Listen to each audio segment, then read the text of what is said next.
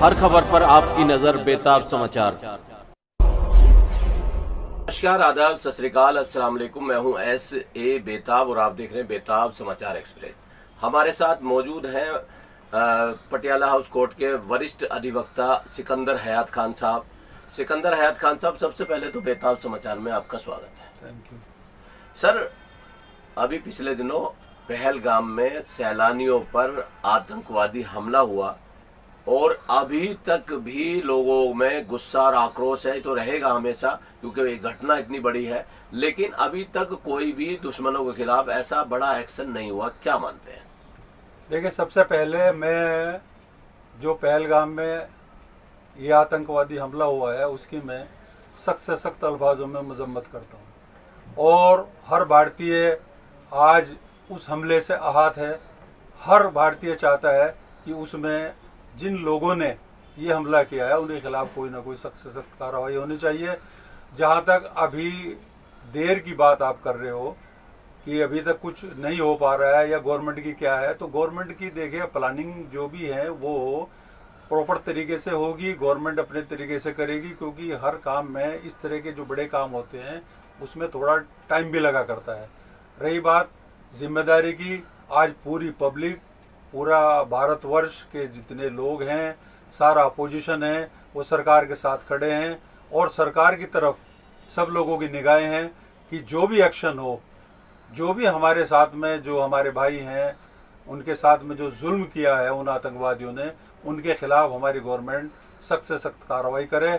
उसके लिए सभी लोग इंतज़ार कर रहे हैं सरकार की तरफ से और हमें उम्मीद है कि गवर्नमेंट ज़्यादा से ज़्यादा सख्त कदम उनके खिलाफ उठाएगी। सर, विजय नरवाल जो शहीद हुए, उनकी पत्नी ने एक बहुत ही प्यारा मैसेज दिया है कि जिस तरह से देश में हिंदू मुस्लिम हो रहा है, कई जगह मुस्लिमों पर हमले हुए, किसान नेता राकेश टिकैत की पगड़ी भी उछाल दी गई, तो उस पर विजय नरवाल की पत्नी ने कहा कि हिंदू मुस्लिम करने की जरूरत नहीं, बल्कि देश में एक होकर के दुश्मनों से लड़ने की जरूरत है।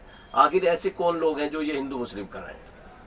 देखिए, जो बात उन्होंने कही है वो चश्मदीद है और उन्होंने जो देखा है अपनी आंखों से देखा है और महसूस किया है कि वहाँ का जो लोकल मुसलमान था उसने उन टूरिस्ट को, जो हमारे बहन भाई थे, उनको बचाने के लिए पूरी कोशिश की है और वहाँ का जो लोकल मुसलमान था उसमें से 2 लोगों की, जैसा कि मालूम हुआ है, वहाँ उनको भी उन्होंने निशाना बनाया है टेररिस्ट ने।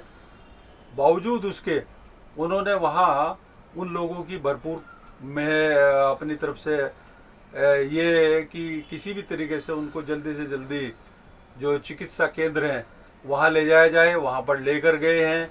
अपनी जान पर खेलते हुए, जोखिम उठाते हुए उन्होंने टेररिस्टों से जो लोग बचे हैं उनको बचाने की पूरी कोशिश करी है और उनके लिए जैसे भी वो इंतज़ाम कर सकते थे उनको बचाने के उन्होंने पूरे मुकम्मल इंतज़ाम करके पुलिस तक उनको और जहाँ पर शेल्टर सेंटर थे वहाँ तक उनको पहुँचाने की मदद की। जहाँ तक ताल्लुक़ इस बात का है कि बावजूद उसके कुछ लोग जो नासमझ लोग हैं वो इस तरह की हरकतें कर रहे हैं कि ये तो वही वाली मिसाल हो गई कि भाई कुम्हार की कुम्हारी पर पार नहीं बसी और गधे के कान जाकर ऐंठे। अरे भाई, जो टेररिस्ट हैं, हमें सबको मिलजुल कर, हम सब इंडियन हैं, हम सब भारतीय हैं, हमारा फ़र्ज़ बनता है कि अब हम किसी भी मज़हब की बेस पर अपने आप को डिवाइड ना करते हुए बल्कि अपने आप को यूनाइटेड करें और उन दुश्मनों के ख़िलाफ़ लड़ें।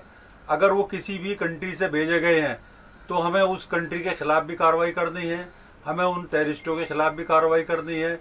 लेकिन ये जो घटनाएं हो रही हैं कि चंडीगढ़ में स्टूडेंट्स को पीटा जा रहा है, आगरा में कुछ लोगों के साथ में जो बदसलूकी की गई है, जो 2 लोगों को अपनी जान से हाथ धोना पड़ा है, या और कई एक जगह पे इस तरह की जो इंसिडेंट हुई हैं कि वहाँ नैनीताल में एक खास कम्युनिटी के खिलाफ जो इस तरह से लोगों ने उनके खिलाफ कार्रवाई की है, उनको मारा है, पीटा है, तो वो सब नहीं होनी चाहिए।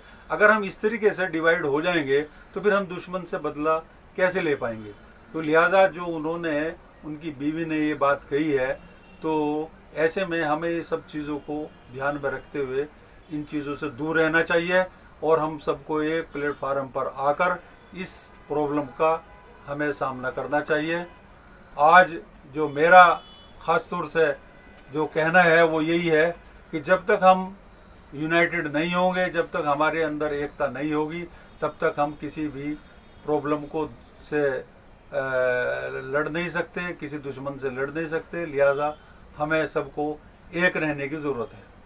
सर, एक रहने की जरूरत है, लेकिन कश्मीर में ये देखने को मिला, कश्मीरियों ने अपना हक अदा कर दिया, अपने घर खोल दिए और उन्होंने जो है जो घायल थे उन्हें ले गए और उनकी जो जिन पे हमले हो रहे थे उन्हें भी बचाने का काम किया। कश्मीरियत और कश्मीरी दोनों को देखने का ऐसा शुभ अवसर मिला कि कश्मीरियों ने अपनी जान लगा दी। लेकिन एक बात जो सुनने में आई कि वहाँ उन्होंने जो उनसे किराया भी नहीं लिया, जो टूरिस्ट थे कश्मीरियों ने और वहाँ के लोकल लोगों ने, लेकिन हमारी जो एयरलाइंस है उन्होंने किराया डबल ट्रिपल तक कर दिया। तो ये आपदा में अवसर ढूंढने वाले जो हमारे एयरलाइंस वाले हैं, इनके बारे में क्या कहेंगे? देखिए, जो लोकल लोग हैं उन्होंने तो बहुत मदद की है, ये तो कहने की बात ही नहीं है, तो बाकायदा एक रिकॉर्ड है इस बात का।